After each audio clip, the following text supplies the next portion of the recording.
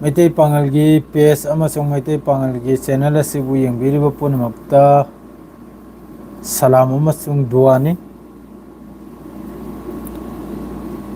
ꯑꯁꯤꯗꯤ ꯂꯥꯏꯐꯁꯤ ꯁꯥꯡꯅ ꯇꯧꯁꯤ, ꯅꯨꯡꯗꯥꯡꯁꯨ ꯏꯌꯥꯔꯄꯣꯔꯠ ꯆꯠꯀꯅꯤꯕꯅꯤ, ꯗ꯭ꯌꯨꯇꯤꯁꯨ ꯍꯧꯔꯦꯀꯣ꯫ ꯅꯪ ꯃꯅꯤꯄꯨꯔ ꯀꯔꯤ ꯀꯔꯤꯅꯣ ꯀꯣꯃꯦꯟꯁꯤ ꯃꯌꯥꯝ ꯑꯃ ꯂꯥꯛꯏ ꯐꯦꯁꯕꯨꯛꯇ ꯀꯔꯤ ꯀꯔꯤ ꯍꯥꯏꯅꯔꯤꯕꯅꯣꯗꯤ ꯈꯪꯗ꯭ꯔꯦꯀꯣ꯫ ꯅꯪ ꯃꯅꯤꯄꯨꯔ ꯃꯆꯥꯔꯣ ꯀꯔꯥꯁꯨ ꯍꯥꯏꯔꯤ ꯐꯦꯁꯕꯨꯛꯇ꯫ ꯃꯅꯤꯄꯨꯔ ꯃꯆꯥꯔ ꯍꯥꯏꯕꯗꯨ ꯃꯅꯤꯄꯨꯔ ꯃꯆꯥ ꯅꯠꯇ꯭ꯔꯁꯨ ꯃꯅꯤꯄꯨꯔꯤ ꯃꯆꯥꯗꯤ ꯃꯅꯤꯄꯨꯔꯤ ꯃꯆꯥꯅꯤꯗꯅ꯫ ꯃꯅꯤꯄꯨꯔꯗꯒꯤꯅꯤ ꯂꯣꯏꯅ ꯄꯥꯡꯒꯜꯁꯨ ꯆꯠꯈ꯭ꯔꯤꯕ, ꯃꯩꯇꯩꯁꯨ ꯆꯠꯈ꯭ꯔꯤꯕ, ꯃꯐꯝ ꯃꯐꯝꯗ ꯀꯁꯥꯔꯗ ꯇꯥꯈꯤꯕ ꯑꯣꯏꯒꯦꯔꯥ, ꯕꯪꯒ꯭ꯂꯥꯗꯦꯁꯇ ꯇꯥꯈꯤꯕ ꯑꯣꯏꯒꯦꯔꯥ, ꯂꯣꯏꯅ ꯃꯅꯤꯄꯨꯔꯗꯒꯤꯅꯤ ꯏꯆꯤꯟ ꯏꯅꯥꯎ ꯃꯌꯥꯝ, ꯄꯣꯛꯐꯝ ꯃꯅꯤꯄꯨꯔꯅꯤ ꯑꯩꯈꯣꯏꯒꯤ꯫ ꯑꯗꯨ ꯀꯅꯥ ꯀꯅꯥꯅꯣ ꯂꯥꯛꯏꯁꯦ? ꯃꯤꯁꯤ 13ꯗꯤ ꯁꯨꯔꯦ ꯅꯥꯂꯞꯁꯤꯗ, ꯌꯥꯝꯅ ꯍꯔꯥꯎꯖꯩ꯫ ꯃꯌꯥꯝ ꯇꯔꯥ ꯆꯥꯛ ꯏꯁꯤꯡ ꯆꯥꯅꯔꯕ꯭ꯔꯣ? ꯀꯣꯃꯦꯟ ꯍꯥꯟꯅ ꯉꯁꯤꯗꯤ ꯑꯝꯇꯪ ꯄꯥꯊꯣꯛꯁꯤ꯫ ꯁꯂꯥꯝ ꯗꯨꯋꯥ ꯍꯥꯟꯅ ꯇꯧꯅꯁꯤ꯫ ꯋꯥꯂꯦꯀꯨꯝ ꯑꯁꯂꯥꯝ ꯕ꯭ꯔꯗꯔ, ꯋꯥꯂꯦꯀꯨꯝ ꯑꯁꯂꯥꯝ ꯕꯣꯏꯆꯥꯛ꯫ ꯅꯍꯩꯗꯤ ꯃꯃꯤꯡꯁꯤ ꯂꯣꯏꯅ ꯍꯥꯏꯔꯛꯀꯦ꯫ ꯋꯥꯇꯥꯋꯨꯔ ꯌꯨꯝꯈꯩꯕꯝ, ꯋꯥꯂꯦꯀꯨꯝ ꯑꯁꯂꯥꯝ, ꯕꯣꯏꯆꯥꯛ ꯑꯦꯝ ꯀꯦ ꯕ꯭ꯔꯗꯔ, ꯑꯁꯂꯥꯝ ꯑꯂꯩꯀꯨꯝ, ꯋꯥꯂꯦꯀꯨꯝ ꯑꯁꯂꯥꯝ, ꯖꯤꯌꯥꯎꯜ ꯍꯛ, hello bro, hi brother.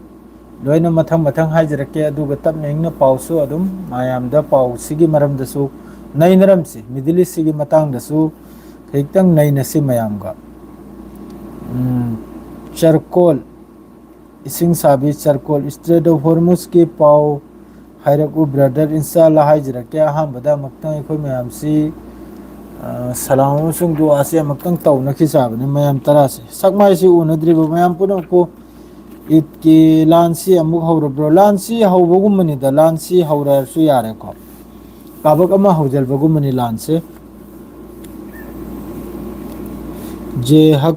ꯖꯦꯍꯛ ꯖꯦꯍꯛ 1234@gmail.com꯫ ꯑꯗꯨꯏ ꯃꯇꯨꯡꯗ ꯏꯔꯥꯟ ꯑꯃꯨꯛ ꯍꯧꯔꯕ꯭ꯔꯣ? ꯂꯥꯟꯁꯤ ꯍꯧꯕꯒꯤ ꯃꯇꯥꯡꯅꯤ, ꯏꯔꯥꯟꯒꯤ ꯇꯔꯞꯇꯒꯤ ꯋꯥꯐꯝ ꯈꯔꯁꯨ ꯊꯝꯕ ꯌꯥꯎꯏꯀꯣ꯫ ꯉꯁꯤꯗꯤ ꯂꯥꯏꯐꯁꯤ ꯇꯞꯅ ꯏꯡꯅ ꯇꯧꯒꯥꯏꯅꯅꯤꯗ꯫ ꯃꯅꯤꯄꯨꯔ ꯅꯨꯡꯉꯥꯏꯔꯦꯗ ꯕ꯭ꯔꯣ꯫ ꯃꯅꯤꯄꯨꯔꯗꯤ ꯑꯔꯥꯡ ꯉꯁꯤ ꯑꯩꯉꯣꯟꯗ ꯐꯦꯁꯕꯨꯛꯇ ꯌꯥꯝꯅ ꯁꯥꯊꯤꯅ ꯃꯄꯥꯟ ꯂꯝꯗꯒꯤ ꯆꯪꯁꯤꯜꯂꯛꯄ ꯀꯨꯀꯤ ꯃꯤꯂꯤꯇꯦꯟꯁ ꯃꯈꯩꯅ ꯌꯥꯝꯅ ꯀꯟꯅ ꯑꯩꯕꯨ ꯀꯤꯍꯜ ꯈꯪꯍꯜꯂꯛꯈ꯭ꯔꯦ꯫ ꯃꯈꯣꯏꯒꯤ ꯀꯣꯃꯦꯟꯒꯤ ꯏꯁꯀ꯭ꯔꯤꯟ ꯁꯣꯠꯇꯣ ꯑꯩꯅ ꯂꯧꯗꯨꯅ ꯊꯝꯃꯤ꯫ ꯃꯄꯥꯟꯗꯒꯤ ꯆꯪꯂꯛꯄ ꯍꯥꯏꯖꯔꯤꯕꯅꯤ, ꯑꯩ ꯂꯣꯏꯅꯃꯛꯄꯨ ꯀ꯭ꯂꯦꯝ ꯇꯧꯕ ꯅꯠꯇꯦ꯫ ꯃꯄꯥꯟꯗꯒꯤ ꯆꯪꯂꯛꯄ, ꯕꯔꯃꯥꯔꯣꯝꯗꯒꯤ ꯂꯥꯛꯄ ꯈꯨꯠꯁꯨ ꯈꯨꯠꯂꯥꯏ ꯄꯥꯏꯕ ꯃꯈꯩꯗꯣ, ꯃꯈꯣꯏꯗꯨꯅ ꯌꯥꯝꯅ ꯙꯝꯀꯤ ꯇꯧꯔꯛꯈ꯭ꯔꯦ ꯑꯩꯕꯨ, ꯃꯤꯅꯥꯏ, ꯄꯥꯉꯜ ꯁꯛꯊꯨ, ꯄꯥꯉꯜ ꯃꯤꯅꯥꯏ ꯍꯥꯏꯟ ꯈꯔ ꯃꯌꯥꯝ ꯑꯃ ꯍꯥꯏꯔꯛꯈ꯭ꯔꯦ꯫ ꯃꯄꯥꯟ ꯂꯝꯗꯒꯤ ꯆꯪꯂꯛꯄ, ꯃꯈꯣꯏ ꯃꯄꯥꯟꯗꯒꯤ ꯆꯪꯂꯛꯄꯅꯦꯅ ꯃꯅꯤꯄꯨꯔꯒꯤ ꯃꯔꯝꯁꯤꯗ ꯈꯪꯖꯗ꯭ꯔꯤꯕꯅꯤ, ꯑꯗꯨꯅꯅꯤ ꯃꯈꯣꯏꯅ ꯉꯥꯡꯉꯤꯗꯣ꯫ ꯄꯥꯉꯜ ꯁꯛꯊꯨ ꯑꯗꯨ ꯑꯇꯥꯡ ꯈꯔ ꯌꯥꯝ ꯇꯧꯔꯛꯈ꯭ꯔꯦ꯫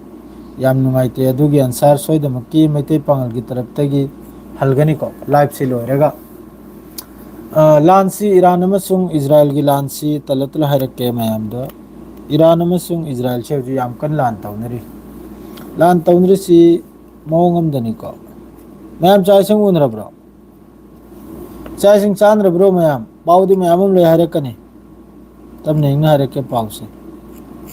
ꯆꯥꯛ ꯏꯁꯤꯡ ꯆꯥꯅꯔꯕ꯭ꯔꯣ? ꯆꯥꯛ ꯏꯁꯤꯡ ꯆꯥꯅꯔꯕ꯭ꯔꯣ?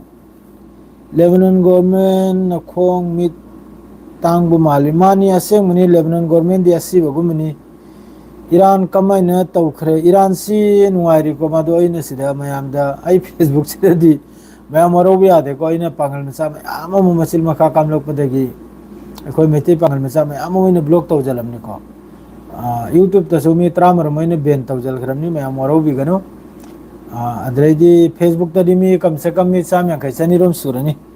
ꯑꯩꯅ ꯕ꯭ꯂꯣꯛ ꯇꯧꯔꯤꯁꯦ꯫ ꯀꯔꯗꯤ ꯂꯣꯏꯅ ꯃꯆꯤꯜ ꯀꯥꯝꯂꯛꯄ ꯈꯪꯉꯤꯕ꯭ꯔꯥꯅꯦ? ꯏꯁꯂꯥꯝ ꯙꯔꯃ ꯆꯠꯄ ꯃꯤꯑꯣꯏ ꯑꯃꯅ ꯃꯆꯤꯜ ꯀꯥꯝꯕꯁꯤꯗꯤ ꯌꯥꯝꯅ ꯁꯥꯊꯤꯅ ꯃꯈꯥ ꯇꯥꯈ꯭ꯔꯕ ꯊꯕꯛꯅꯤ꯫ ꯑꯩꯒꯤ ꯍꯤꯁꯥꯞꯇꯅꯤ ꯑꯩꯅ ꯍꯥꯏꯔꯤꯁꯦ꯫ ꯏꯁꯂꯥꯝ ꯙꯔꯃ ꯑꯃ ꯆꯠꯄ ꯃꯤꯑꯣꯏ ꯑꯃꯅ ꯃꯨꯁꯜꯃꯥꯟ ꯑꯃꯅꯕꯨ ꯃꯆꯤꯜ ꯀꯥꯝꯂꯛꯑꯗꯤ ꯑꯗꯨ ꯃꯨꯁꯜꯃꯥꯟꯅꯤ ꯍꯥꯏꯕꯗ ꯂꯦꯝꯖꯗ꯭ꯔꯦ ꯑꯩꯒꯤ ꯍꯤꯁꯥꯞꯇ꯫ ꯑꯩꯒꯤ ꯑꯣꯡꯀꯣꯗꯗꯤ ꯑꯦꯅꯤ ꯃꯤꯁꯨ ꯃꯆꯤꯟ ꯀꯥꯝꯂꯛꯇꯅ ꯑꯗꯨꯝ ꯆꯩꯔꯛꯈ꯭ꯔꯗꯤ, ꯃꯃꯥ ꯃꯄꯥ ꯆꯤꯡꯈꯠꯂꯒ ꯀꯣꯃꯦꯟ ꯇꯧꯔꯛꯑꯗꯤ ꯑꯗꯨ ꯃꯨꯁꯜꯃꯥꯟꯅꯤ ꯍꯥꯏꯕꯗ ꯑꯩꯗꯤ ꯂꯦꯝꯖꯗ꯭ꯔꯥ ꯍꯥꯏꯅ ꯈꯜꯂꯤꯀꯣ꯫ ꯑꯗꯨ ꯃꯨꯁꯜꯃꯥꯟ ꯑꯣꯏꯔꯝꯃꯔꯣꯏ꯫ ꯃꯨꯁꯜꯃꯥꯟ ꯑꯣꯏꯔꯝꯕ ꯇꯥꯔꯒꯗꯤ, ꯏꯃꯥꯟ ꯂꯩꯕ ꯑꯣꯏꯕ ꯇꯥꯔꯒꯗꯤ ꯃꯥ ꯁꯣꯏꯗꯅꯃꯛꯀꯤ ꯇꯞꯅ ꯏꯡꯅ ꯖꯁꯥꯋꯥꯁꯨ ꯍꯥꯏꯔꯛꯀꯅꯤ ꯅꯥꯕ, ꯍꯥꯏꯔꯛꯇꯦ꯫ ꯍꯧꯖꯤꯛꯇ ꯂꯥꯟꯁꯤ ꯀꯔꯤ ꯃꯑꯣꯡꯗꯅꯣ ꯍꯥꯏꯕꯗ, ꯂꯦꯕꯅꯟꯒꯤ ꯅꯕꯥꯇꯤꯌꯥ ꯍꯥꯏꯔꯤꯁꯦ, ꯅꯕꯥꯇꯤꯌꯥ, NABATIEH, Nabatea harise masi pura IDF ki control dani. Pura South Lebanon sida makoi gi Nitali River harise. Nitali River haine makoi gi map tura laibani ko. Ai map to amtang lau thora ki adu adi mayam da gyan si tahal bi arani ko. Asi dilap si khar sang to si. Mayam moro bi ade. Map se amtang lau tho ki map si lau tho di loina gyan ta khrani na makki da wari se paw se hairak padane. Loina mai ta arani ne. Lebanon की वगैरह कानून की वगैरह से लो नहीं और उनमें कोई गेम सी नबातिया हाई सिफाउबा नबातिया सी हाई सिफाउबा लो इन इजराइल ना कंट्रोल तो रहा है सीधे हौरक पसीना कराई देने हौरक इसे रमैया देवी बिन जिबिल से में लवजल बंगम दरिया जो फाउबा तो साइड लम्बे चलेगा मकोई ने नबातिया योगरेंगे नबातिया योगरेगा सीधे मकोई ना Nitali River harise mahoi gi sida river am leba adu fawba pura makoi gi control dani hojiki Jarania River sida gi su Jarania River sibaw yawram makoi na hojik changali se somna bu Nabatea River sida gi su hindoktana Jarania River se asi fawda makoi gi hojik control ne Israel gi madredi sida makoi na hojiki Nabatea harise Nabatea harise pura si khali tawsinis Israel की तरफ तैयार से south Lebanon की Nabatea से फावबा खाली तो ठोकलेगा असीगी मियोई मकई से नॉर्थ लोम द लोइना साउथ लोम द सोम द साउथ मसिल सोम द लोइन थोगलो उसिन इजराइल की तरफ ते जुलुम तवने से हौजिकता सी मखोई अल जजीरा की ब्रेकिंग अपडेट तसु लैरबनी अद्रेदी मखा ताबने बु पाउ से मचा मचा में हमम निदा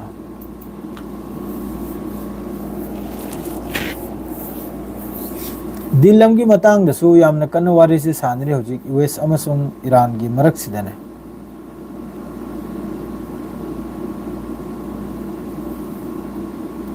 माने आई साउजदे दाइना अदुम तौजे के बे वादने नारजे Iran is not good at all but Israel is not good all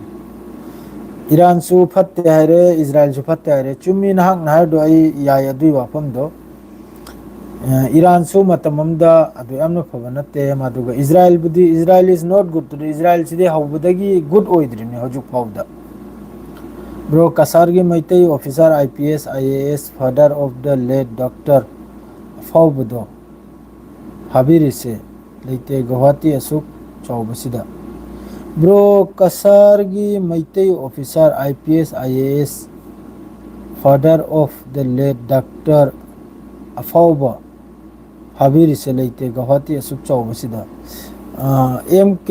Daniel nahak nahadu aseng bawani nahak boi thagatli nahak na dum haibirak pase leite chume kasarda asa ikoi gi kanunda maitei da su madraidi kanunda su leite madu sida mayamna khangani bo apum maibu kasar sida maitei su adu yamba nate pangal su adu yamba nate kasar sida maikei marida Bengali Muslim amasung Hindu Bengali Hindu makai gi marakta ikoi se lairimni Maitei ogera pangal ogera aduga aikoi da hoji maitei da su ogera kasarlum da pangal da su ogera larik lai suda madredi sport ta adu yamna hada leite nomagi suraga saba madrei aduna tabida foreign da thokiba somda gulf lomda adredi europe lomda paisa talbagi lambi se asomda yamna chakcha larik lai suda class 12 phawba hojik pudi yam satheni songalak lai hojik ki chawkhala iba angang nubi makai nupi machade hona ni pam chade hona yam kana larik sida yam kan thamoi jang lai yakoi kasarlom gi maitei gera pangal gera mayang gera yam kana adumakpu drugs sina aikhoirom dasu yam satina khoti soire drugs ganja asina yam satina nuksan se oire yam kana honri yam makaina drugs makai si thingjanna ba ganja drugs asina chingsi thingna ba yam kana honri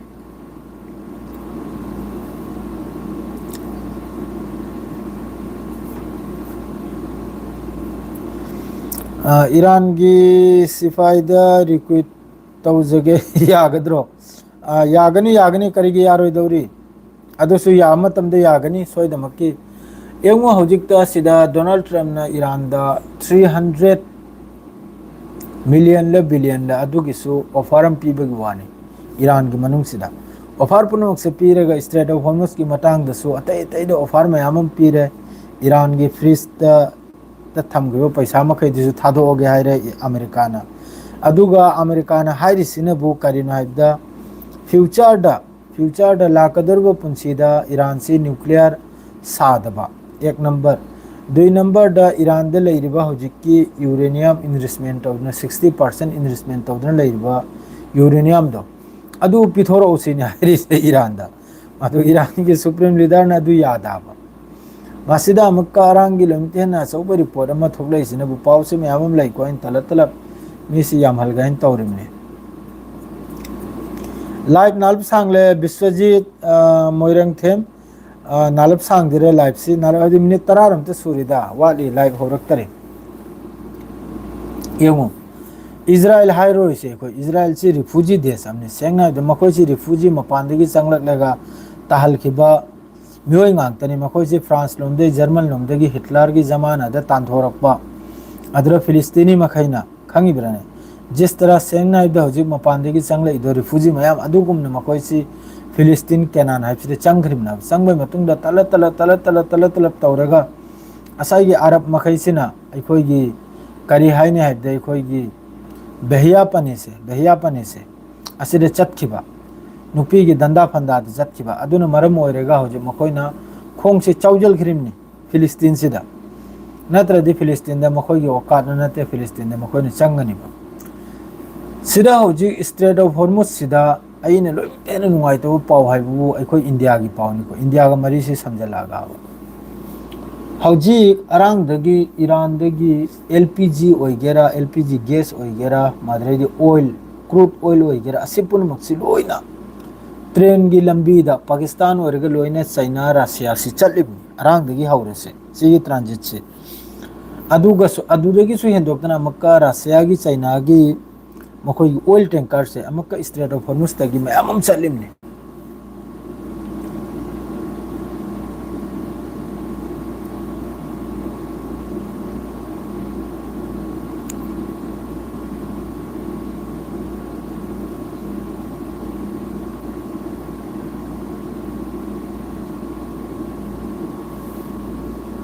Afghanistan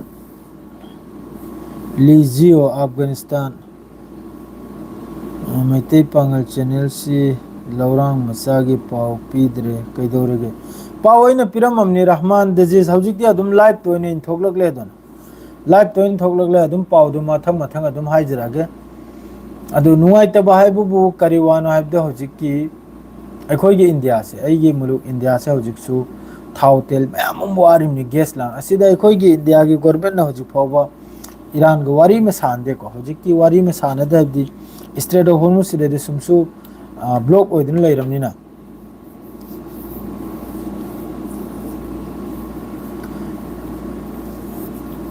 block ओइदन लैरमनिना पाकिस्तान दे अदुम America की चमचा खर तौरगा Israel की चमचा खर तौरगा माद्रदी अरब मखै की चमचा खर तौरगा मागी थाव दे अदुम पूर्याबने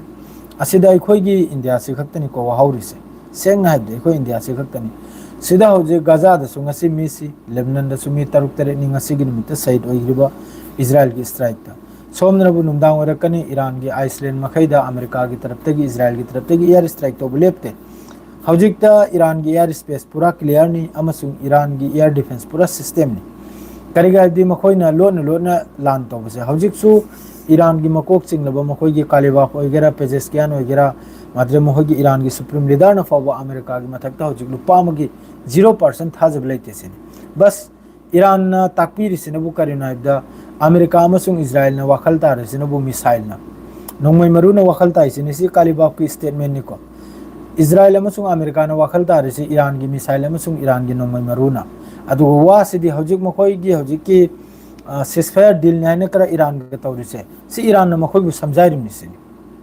समझाइ भाई दु वा हरेगा ज्ञान तालबदो अदुनि हाय बस मखोयने ज्ञान तारसि कम तमना हायदा ईरान की तरफ तगी मिसाइल कापचलकपा ईरान की तरफ तगी ड्रोन अटैक तोरपा सिदने आय अमेरिका अमसुंग इजराइल ने ज्ञान तारिसे अदुगा सुम अदुम सिदा डील नि फालनि अदुनि अताने सिने मखोय ज्ञान ताब नते सिनि अमेरिका की मी मखै अमसुंग इजराइल की मी मखै असिगी मथकता अमका अमेरिका की मनुंग दे यामना चावना वाथोक अमा करी वाथोक ना सिसु न्यूज़ निको अचोब न्यूज़ नि सिसु अमेरिका की लानी इजराइल की तरफ की लान तौनिंगदे हौजिकता एक्चुअली अदुना अथुबदा डोनाल्ड ट्रम्प से लान सिदगी माई नानथोक मथौ ताई नानथोक लेगा मागी सु ममांग इलेक्शन अम लेरिमनि मिड टर्म्स इलेक्शन आइना हंदक ममांग सिदनी तंखाई चलबी तंखाई इलेक्शन आइना ने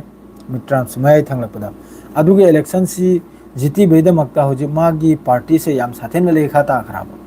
याम साथेन डोनाल्ड ट्रम्प की पार्टी से लेखा ताखरे अदुना जेमने तेमने तौदना एनी हाउ तौदना मा माई पाक पाइबदी कम तौरगा इन lancing ngam ne hadu maya mamang sida asigum hayal begina ba mana hojik tawre be sile makai se aduga so amaka som de dil su tawnri hai iran ga adum ko iran की तरफ te confirm होइदरी iran की तरफ te confirm होर कदर से कनानो दा iran की supreme leader ना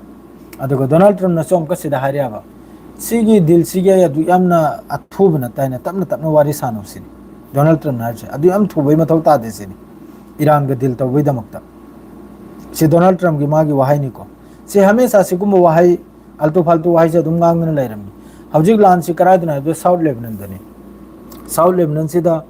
ईरान गसो यमु ईरान गसो अमेरिका गसो दुम वारी दा नसी 40 डेज की मतुंग दा वालेकुम अस्सलाम 40 डेज की मतुंग दा दुम वारी तौनरी नहल ईरान की मनुंग दा कुम अमसुंग माद्रेदी स्ट्रेट ऑफ हॉर्मुज मया दा आइसलैंड नमकता अमेरिका की तरफ तक स्ट्राइक तवी अदुगी महत्ता ईरान की तरफ तक कुवैत ता अमेरिका की बेस याम साथिन सोपगवानी मफम मक्ते हित ओरिमनी मचिन थीरिमनी अमेरिका की बेस्ता स्ट्राइक तौकी अदुगा लोइनना अरांग दांग अमक्का ईरान की आइसलैंड अमखक्ता माइक्रो ड्रोन हाइना ड्रोन अपिकपा अदुना स्ट्राइक तौरकपा अदुसु इंटर मकोई एयर डिफेंस सिस्टम एक्टिव ओइकी ईरान की अदुगा अदुगुम ड्रोन के अदु इंटरसेप्ट तौकी असि पुनमक्सी अमेरिका की तरफ तक चाल है अंथोन चाख्रु चाल होरमगदरनी मखोदी असाई हुरांबगी लमचे चटपनिना हुरान लान से तौरकदरना हौजी अमक्का ईरान की मथक्सिदा असिदा लोइमितेनि चोंगिसि कनानो हाइबदा नेतन्याहुसिनि चोंगिसे ग्रीन सिग्नल पिउसिनि ईरान की मथक्सिदा लान से तौहोरगे सिनेमा ना हरसे ग्रीन सिग्नल माय मथौता लान तौबगी मतंगदा ईरान की मथक्सिदा अदुगा हौजिकता हिजबुल्लाह गा यामना कन्ना इजराइल की फोर्स का साउथ लेबनान दे यामना कन्ना लान से थेंगरे सिना बुकरादन टाउन ऑफ जतूर मादरे सोमनो नबतिया असिमा खैसिदा आईडीएफ की लानमी मखैगा हिजबुल्लाह की लानमी मखैगा यामना कन्ना लान थेंगबे पाउन को लाइसे Hezbollah fight Israeli force in south Lebanon सिदा हिजबुल्लाह की लानमी मखैगा याम कन्ना लान से सोकनरी हौजिकता मादरे मखा ताबा अल जजीरा की पाउचना बुकरना दा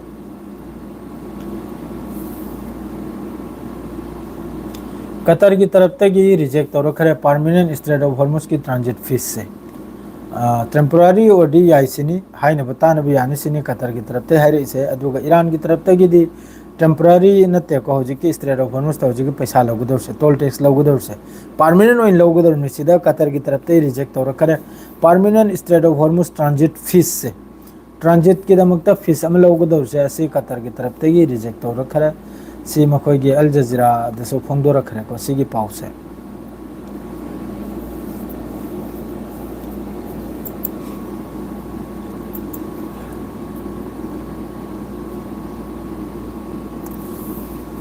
वालेकुम अस्सलाम एमडी रियाजुद्दीन है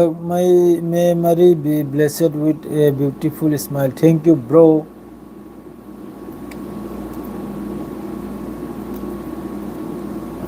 सीधे बो पोरम होते हैं कि गए करी करने लाए से आरटी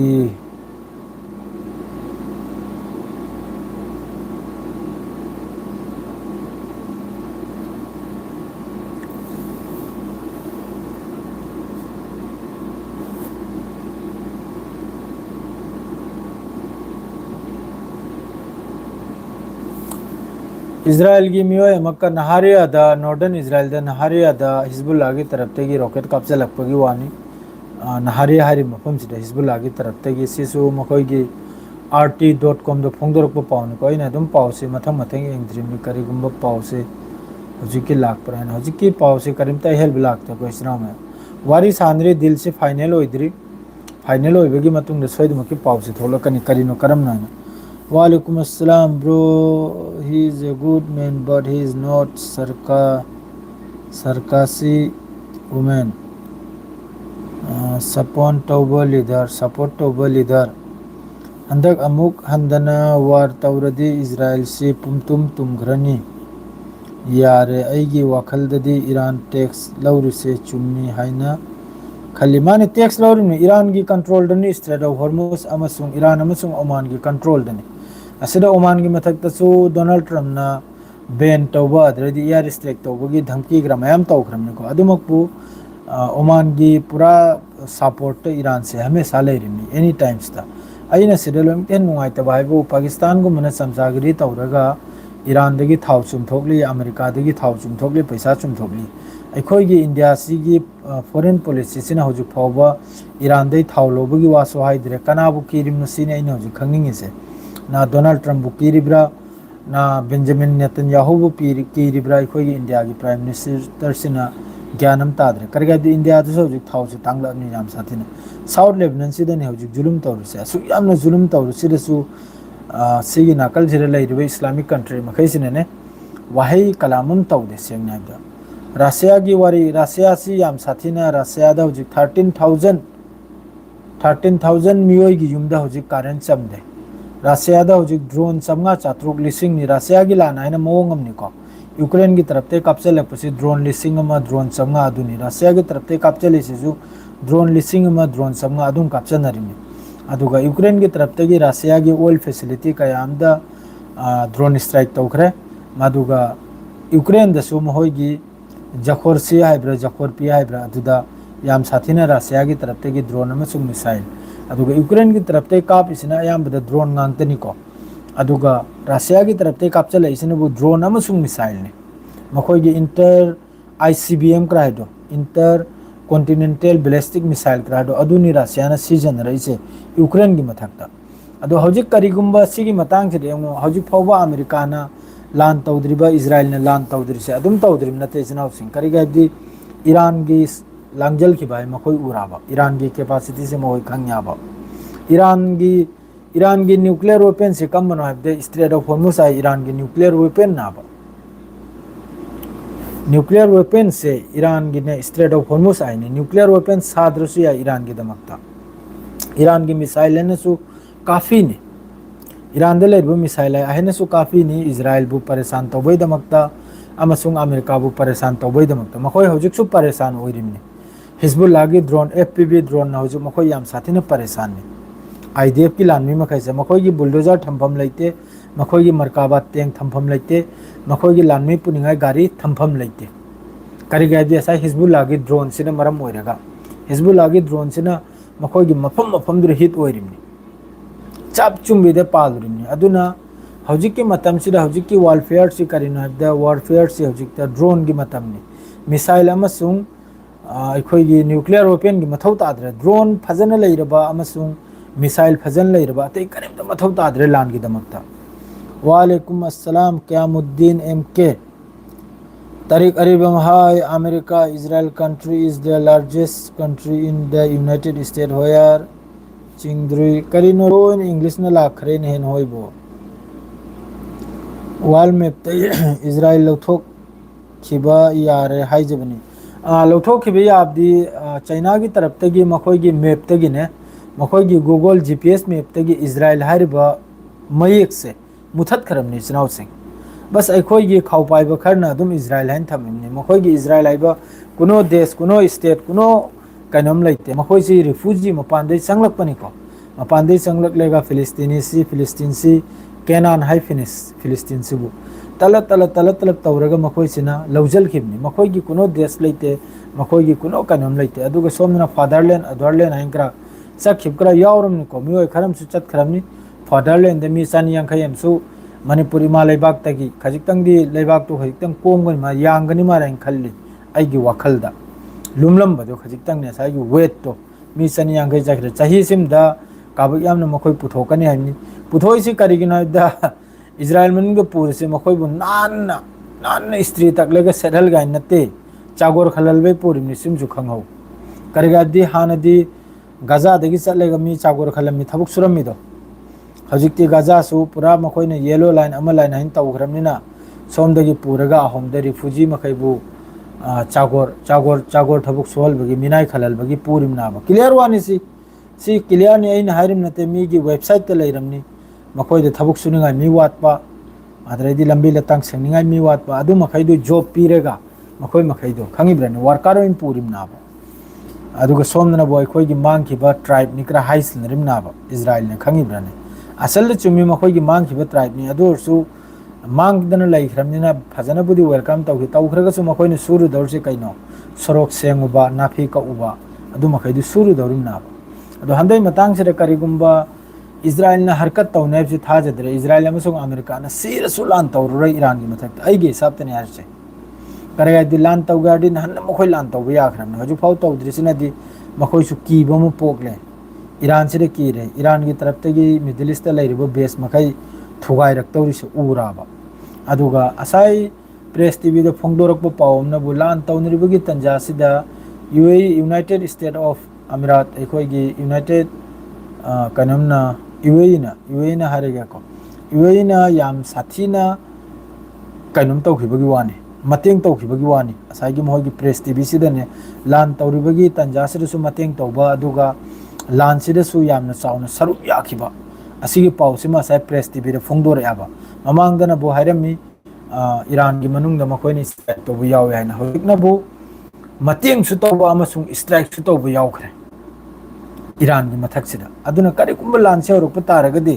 दुबई दे लेरिबो बिल्डिंग अवांगो मखैसिजु ईरान की तरफ तै सोइदमकी टारगेट तौरकनी